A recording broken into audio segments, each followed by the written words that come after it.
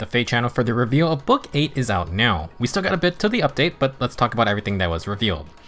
It seems like we still aren't going back to Loki, Thor, or Allfather in Asgard. Instead, we're heading to Yggdrisill, realm of the World Tree. I assume said tree is the main location of the Book 8 movie, and we got an action shot of our new protagonist traversing its branches. Ratatoskr is our new Book 8 main character. She's a divine beast and from an organization called the Healing Hands, who apparently save lives across the 9 realms in Feh. She has 2 older sisters, Henriette and future Sibel winner Inigo, who are also Healing Hand members. They seem to be a bit more violent than our very cute squirrel. We've had these Norse names in Fire Emblem before. Edelgard von Hraesvelg, maybe you've heard of her. Then in Sacred Stones, the Sacred Bowl of Freya is simplified to just Nidhogg. In the Book 8 movie, Ratatoskr seems to be seeking out the Order of Heroes, or maybe specifically Alphonse, since her 2 sisters seem to have wanted posters of Alphonse and Veronica. Alphonse clashes with Hraesvelg in a very neat shot, while Veronica seems to have been poisoned. Meanwhile, we get a very intriguing tease at the end with a poster of Queen Henriette. For those unaware, the one playable Henriette was her Valentine's ult a couple years back. She has the most sus special lines ever, and everyone was like, you want to explain this? In classic Feh fashion, they did not expand on it at all, and I really hope now is the time. Unfortunately, as the parent of Fire Emblem protagonists, any kind of plot relevancy usually does not end well for the said parent. Let's hope Henriette can show off that hidden power before that time. In the main artwork for Book 8, we get a peek at 2 unknown characters at the very top. I'm not familiar enough with Norse mythos, so I'll let others or the game itself expand on who those may be. We got a red eagle-themed character. The jacked dude has some golden antlers, so maybe in the later half of the book we'll get a blue line, who knows. As usual, complete Chapter 1 of Book 8 to get a free copy of Mythic Ratatoskr. New players can still play Book 8 in case you haven't finished up everything else yet. At the time of this video, we haven't gotten full details on Ratatoskr, but the Feh Channel tells us she's an astromythic that boosts speed and is a Blue Beast Cavalier. She has high attack and speed, okay defense, and low res. Her passives are attack and speed Clash 4 and Beast Agility 4. Previously, the tier 3 of that was only on Embla, so we got a new upgrade. We don't see her weapon details, but it appears she has Kanto. From her C-skill, Ratatoskr deploys a new Divine Vein green tile, not the most creative name. Not really corresponding to any of the engaged Divine Veins. Green tiles block warping from or into the area, and will inflict guard on the foe if they're standing on it as well. I would bet we'll see Pass 4 later this year. Now Ratatoskr is able to deploy her green tiles multiple times. She can do it after Kanto activates, so she can get in, drop 1 set, then Kanto out and drop another. In addition, her unique passive gives allies 7 HP healing after combat. Ratatoskr can get extra stats, guard, and her own after combat healing as well.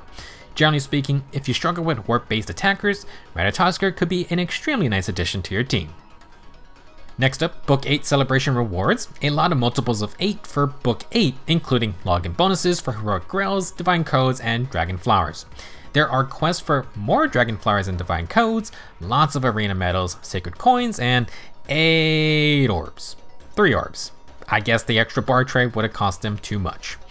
For 8 the Reigns, there are quests to get some commemorative structures, including a Feh Wanted poster. Last, we're getting a free Book 8 themed castle design.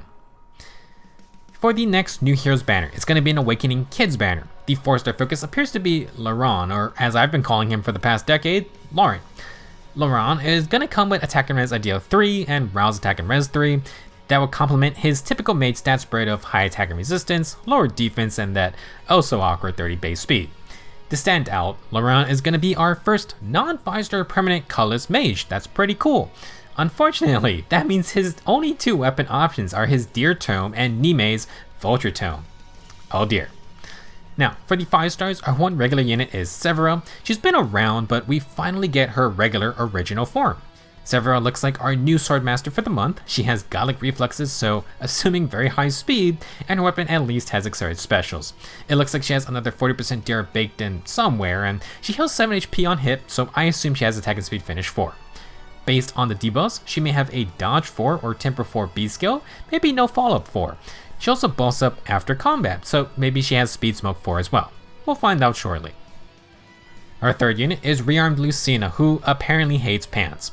Just like Dad, Lucina is on a horse, this time with a new arcane axe. Apparently it's pronounced like Thrima, but I guess you can type Prima and people will know what you mean.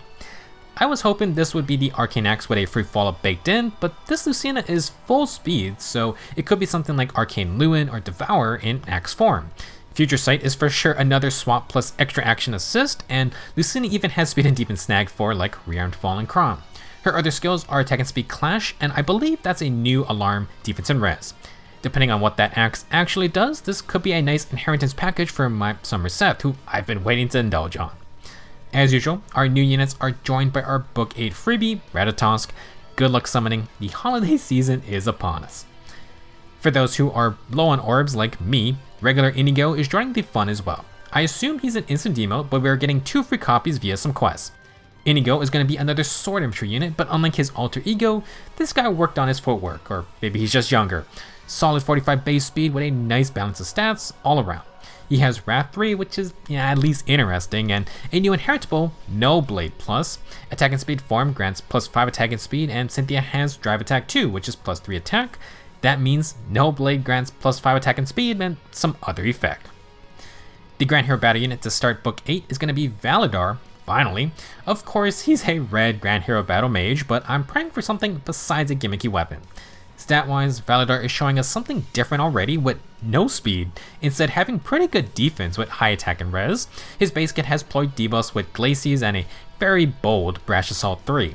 Grimio Tex appears to inflict a discord, and like his fellow Grima followers, I expect a lot of debuffing, but hopefully we get something a little more interesting going on, maybe some tank perks for his higher defensive stats. Moving on, we got a peek at Update 8.0 features. Binding Worlds is being updated to allow you to take units up until version 5.11. That's basically everyone in Book 5. Just a reminder, Otherworld bonds are the paid items only. Next up, we have a new type of event called Affinity Auto Battles. This event falls into that Lost Lore passive style event, but it involves actual combat. The Affinity portion involves teaming up with another, I think, random player, and it seemed like the only thing that determined high affinity between your teams was using units from the 2 bonus titles. 100% affinity grants plus for stats, and your units may need it because, as the name suggests, you're going to be sending them out to auto battle. With your partner, you're going to send 8 units out on the Grand Conquest size, the big maps, and they have 10 turns to win. Not sure if you can actually win, since scoring seems based on KOs, surviving, and that affinity bonus, which with a once per day, 3 times bonus points. A cumulative score will add up for rewards, and there's nothing crazy, but it is an auto battle mode. It seems to only cost stamina to play, so I assume you can clear out the rewards in a single day. There are going to be bigger rewards for playing once a day though. Overall, this is not a big new game mode, but you're going to need units with actual builds, so it does matter who you bring in. It's not like Lost Lore's totally passive gameplay, and I always enjoy seeing other people's built up units. It's a nice way to let people flex, although, like Voting Gauntlet, I do think you could just get screwed if your partner is bringing base kit Alphons or no bonus title units. If you got lots of stamina pots though, shouldn't be a huge issue. That'll be it for this Book 8 Feh Channel review. The usual assortment of news, no major surprises. We'll have to wait a little longer to see what our new units can actually do, and hopefully we'll get some idea of what Book 8 is about before we take a break and wait until 2024. I actually wanted to release another video before this update, so if I can finish it, I will post it. Otherwise, we'll cover Update 8.0 and the new units like usual first. Let me know your thoughts on the Feh Channel, and I will see you guys very soon.